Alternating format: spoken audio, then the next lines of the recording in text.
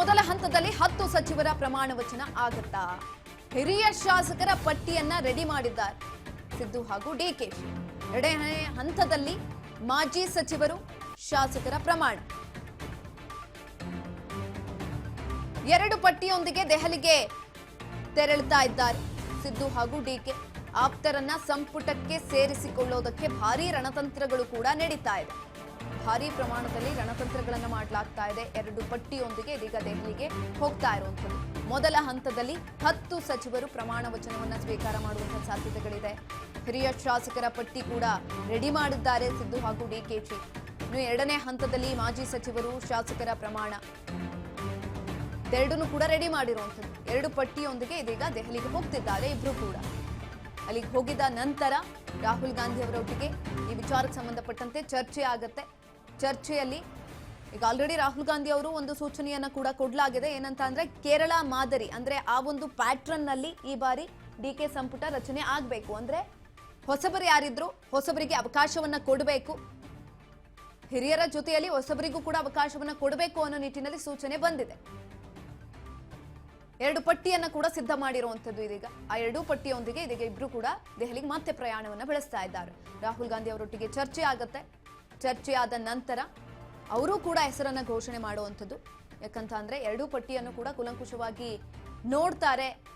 ಯಾರಿಗೆ ಕೊಡಬೇಕು ಅನ್ನೋದನ್ನ ಕೂಡ ನೋಡಿದ ನಂತರ ಡಿಸೈಡ್ ಅನ್ನ ಮಾಡುವಂಥದ್ದು. ಯಾಕಂತ ಅಂದ್ರೆ ಅಷ್ಟು ಸುಲಭಕ್ಕೆ ಹಿರಿಯರನ್ನು ಕೂಡ ಕೈ ಬಿಡೋದಕ್ಕಾಗಲ್ಲ. ಪಕ್ಷಕ್ಕಾಗಿ ದುಡಿದಿದ್ದಾರೆ, ಜೊತೆಯಲ್ಲಿ ಸ್ಥಳೀಯ ಕ್ಷೇತ್ರಗಳಲ್ಲೂ ಕೂಡ ಉತ್ತಮವಾದಂತಹ ಹೆಸರನ್ನ ತೆಗೆದುಕೊಂಡಿರುವಂಥದ್ದು. ಹಾಗಾಗಿ ಯಾರನ್ನ ಚೂಸ್ ಮಾಡ್ತಾರೆ ಅನ್ನೋದು ಕೂಡ ತೀವ್ರವಾದಂತಹ ಕುತೂಹಲವನ್ನು ಮೂಡಿಸ್ತಾ ಇದೆ. ಈ ಕುರಿತಾಗಿ ಹೆಚ್ಚಿನ ಮಾಹಿತಿಯನ್ನ ತಿಳ್ಕೊಳ್ತಾ ಹೋಗೋಣ. ನಮ್ಮ ಪ್ರತಿನಿಧಿ ಬಸವರಾಜ್ ಹುಗಾರ್ ಸಂಪರ್ಕದಲ್ಲಿದ್ದಾರೆ. ಬಸವರಾಜ್, ಪಟ್ಟಾಭಿಷೇಕಕ್ಕೆ ಕೌಂಟ್ ಡೌನ್ ಶುರುವಾಗ್ತಾ ಇದೆ. ಈ ಒಂದು ಸಂದರ್ಭದಲ್ಲಿ ಒಂದು ಸಂಭಾವ್ಯ ಪಟ್ಟಿ ಕೂಡ ರೆಡಿ ಆಗಿರುವಂತದ್ದು. ಅದನ್ನ ಎರಡು ಪಟ್ಟಿಯನ್ನ ತೆಗೆದುಕೊಂಡು ಇಬ್ರು ಕೂಡ ಇದೀಗ ದೆಹಲಿಗೆ ಹೋಗ್ತಿದ್ದಾರೆ. ಏನಾಗಬಹುದು ಹೆಚ್ಚಿನ ಮಾಹಿತಿ ಕೊಡೋದಾದ್ರೆ? ಸುಕನ್ಯಾ, ಈಗಾಗಲೇ ಡಿ.ಕೆ. ಶಿವಕುಮಾರ್ ಅವರು, ಸಿದ್ದರಾಮಯ್ಯ ಅವರು ಇಬ್ಬರು ನಾಯಕರು ಕೂಡ ಅವರದೇ ಆಗಿರ್ತಕ್ಕಂತ ಒಂದು ಪಟ್ಟಿಯನ್ನು ಕೂಡ ಸಿದ್ಧಪಡಿಸಿಕೊಂಡಿರ್ತಕ್ಕಂಥದ್ದು. ಅದರಲ್ಲಿ ಮೊದಲಿಗೆ ಡಿ.ಕೆ. ಶಿವಕುಮಾರ್ ಅವರ ಜೊತೆನೆ ಪ್ರಮಾಣ ವಚನ ಸ್ವೀಕಾರ ಮಾಡಬೇಕು ಅನ್ನುವಂತಹ ಒಂದಿಷ್ಟು ಪಟ್ಟಿ ಕೂಡ ಇರ್ತಕ್ಕಂಥದ್ದು. ಅದರ ಜೊತೆಗೆ ಸಂಪುಟದಲ್ಲಿ ಯಾರನ್ನೆಲ್ಲ ತೆಗೆದುಕೊಳ್ಬೇಕು ಅನ್ನುವಂತ ನಿಟ್ಟಿನಲ್ಲಿ ಅವರದೇ ಆಗಿರ್ತಕ್ಕಂಥ ಅತ್ಯಾಪ್ತರಾಗಿರಬಹುದು, ಮತ್ತೆ ಅವರದ್ದು ಲೆಕ್ಕಾಚಾರದಲ್ಲಿ ಕೂಡ ಎರಡು ಪಟ್ಟಿ ಕೂಡ ಇರ್ತಕ್ಕಂಥದ್ದು. ಆ ಪಟ್ಟಿಯನ್ನು ತೆಗೆದುಕೊಂಡು ನಾಳೆ ದೆಹಲಿಗೆ ಹೋಗುವಂತಹ ಎಲ್ಲ ಸಾಧ್ಯತೆ ಕೂಡ ಇರುವಂತದ್ದು. ಸಿದ್ದರಾಮಯ್ಯ ಅವರು, ಡಿ.ಕೆ. ಶಿವಕುಮಾರ್ ಅವರು ಇಬ್ಬರು ನಾಯಕರು ಸಹಿತ ದೆಹಲಿಗೆ ಹೋಗಿ ಆ ಪಟ್ಟಿಯಲ್ಲಿ ಇರ್ತಕ್ಕಂತಹ ಹೆಸರುಗಳನ್ನು ಕೂಡ ಹೈಕಮಾಂಡ್ ನಾಯಕರಿಗೆ ಗಮನಕ್ಕೆ ತರ್ತಾರೆ. ಅದರಲ್ಲಿ ಹೈಕಮಾಂಡ್ ನಾಯಕರು ಕೂಡ ಅವರು ಕೂಡ ಅದನ್ನ ಪರಿಶೀಲನೆ ನಡೆಸಿ ಆ ಸಂಪುಟದಲ್ಲಿ ಯಾರನ್ನೆಲ್ಲ ತೆಗೆದುಕೊಳ್ಬೇಕು ಅನ್ನುವಂತ ನಿಟ್ಟಿನಲ್ಲಿ ಕೂಡ ಅವರು ಕೂಡ ಅದನ್ನ ಸುಮಾರು ಎರಡು ಪಟ್ಟಿಯನ್ನು ಕೂಡ ಲಿಸ್ಟ್ ಮಾಡ್ತಾರೆ ಅನ್ನುವಂತಹ ಒಂದು ಮಾಹಿತಿ ಕೂಡ ಇದೆ. ಮೊದಲಿಗೆ ಈಗ ಮೊದಲ ಹಂತದಲ್ಲಿ ಡಿ.ಕೆ. ಶಿವಕುಮಾರ್ ಅವರ ಜೊತೆ ಕೂಡ ಸಚಿವರಿಗೆ ಅವಕಾಶ ಮಾಡಿಕೊಡಬೇಕು. ಆ ಒಂದು ಪಟ್ಟಿಯನ್ನು ಕೂಡ ತೆಗೆದುಕೊಂಡು ಅದಾದ ಬಳಿಕ ಮೊದಲ ಹಂತದಲ್ಲಿ ಅವರಿಗೆ ಒಂದು ಶಿಫಾರಸು ಮಾಡ್ತಾರೆ.